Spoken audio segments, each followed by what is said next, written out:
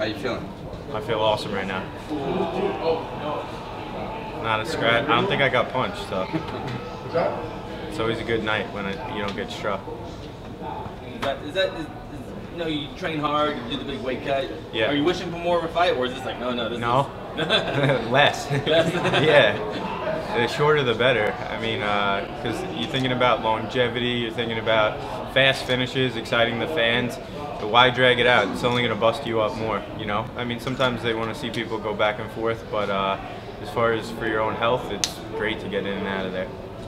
How did Baghdad feel in there? Was he better or worse than you expected, or was it just... I didn't feel much, you know.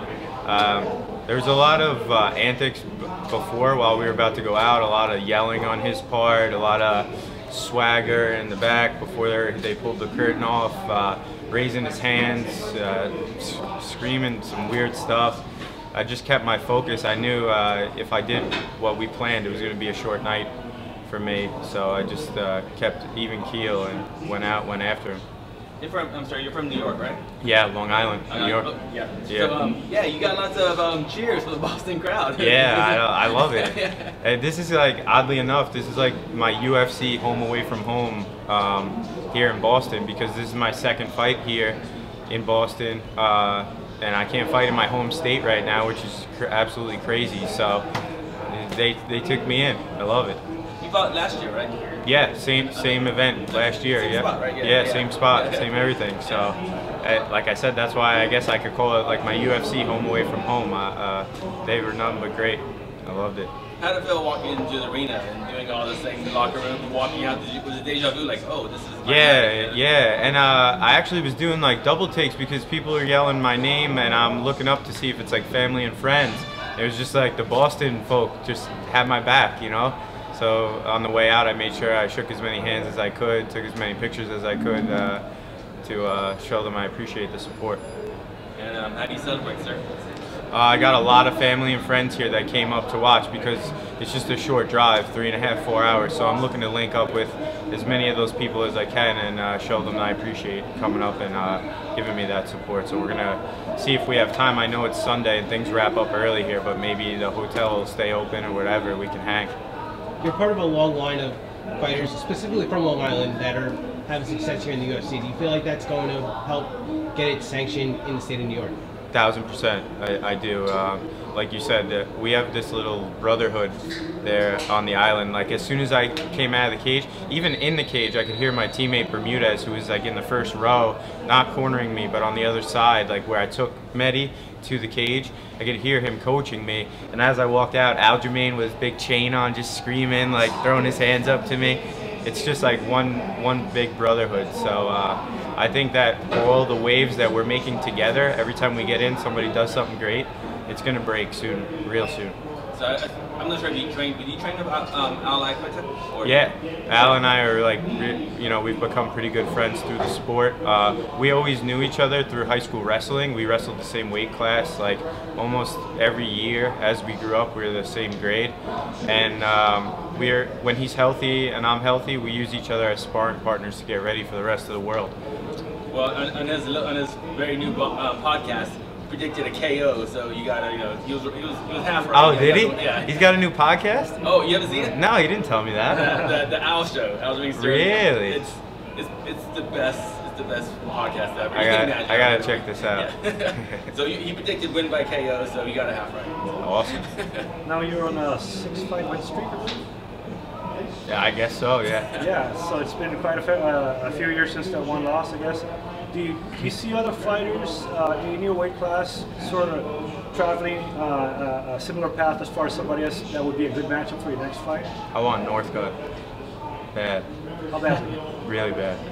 Can you make Just your argument to all the boss hype league? around him. Well, you know, listen, he's a nice kid, a genuinely nice kid. Like I didn't meet him, but I saw him at the summit and whatnot. But all the undue hype. I think what does he have, 6 or 7 fights like all together? And they're down, you know, 3/4 of them are down in the South, where I don't consider the talent to be as good as it is up in the Northeast. And then his 2 opponents in the UFC, take it or leave it. And then, you know, he considers himself to be a wrestler. He makes a ton of money to go in there. So, you know, where I'm at. If he wins, I think he's booked to fight in Jersey soon. If he wins, that puts him at three wins in a row in the UFC, and me with 4 wins. You know, that'd be up to the brass, but that looks good to me. Do you think you're a bad matchup for him? I think I'm a terrible matchup for him. I'm a bad matchup for a lot of people. So. How much does that get to you? I mean, the fact that he hasn't fought any level, maybe the level of competition you fought, but I'm assuming he gets bigger checks than you do. Oh yeah, he gets double, triple the amount probably. I don't know what it is. I heard different rumors. You know, I know that there's a lot of fanfare around him, but I just see it as like, you know, there's like old martial arts where people are flipping around and doing stuff like that. It's more exhibition than anything. They put a mat down, you know, in front of a middle school or something. He does some somersaults. Everybody drops their jaw, but it's nothing that comes through really in the cage. So a little bothersome, but you know, I respect anybody that's helping elevate the pay in the sport altogether. Connor, him, Paige, Rhonda, whoever it is, as long as it means it's going to be a better living for all of us, that's cool, but I'd love to get in there and test myself against one of those guys. This card tonight had a lot of substitutions. Yeah. A lot of, you know, unknown guys, if you will, like, showed up, and you know, that could be good or bad, right? You could be facing somebody who's got a potentially dangerous game that you haven't been able to study before, or vice versa. So, I mean, does that bother you to get a guy that maybe you didn't get a lot of time to study?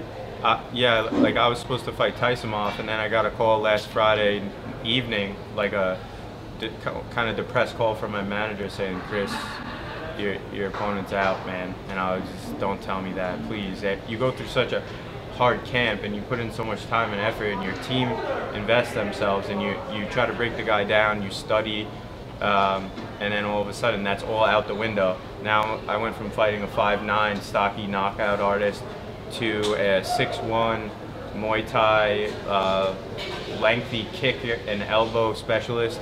So what you have to do there, I revert back to like my wrestling days, where you go to matches and tournaments, you don't know who you're going to wrestle that day. You might know who's in your bracket, but you don't know who's going to win the matchups or what upset may occur. So you just focus on what you do well, and that was the angle we took here. We watched what we could, but we focused on what I did well, and it worked. Right now, you've been fighting in the UFC leagues like once every 6 months. Yeah. I'm sure you want to fight. I'm assuming you want to fight more often than that. Yeah, I want a lot more frequency this year. It started off decent. I fought in August of 2014, then again in January, and then I had like a long layover that I wasn't happy about. Got a fight in June on short notice, took it, and then unfortunately I had an opportunity to fight Mercier, but I hurt my leg, and it took a little while to get healthy. So starting with a clean slate, it's January. We got a W under our belt. We got a finish, and I want to just keep at it, keep hammering away at it, keep getting those Ws. Thank you, sir. Thank you. All right, guys.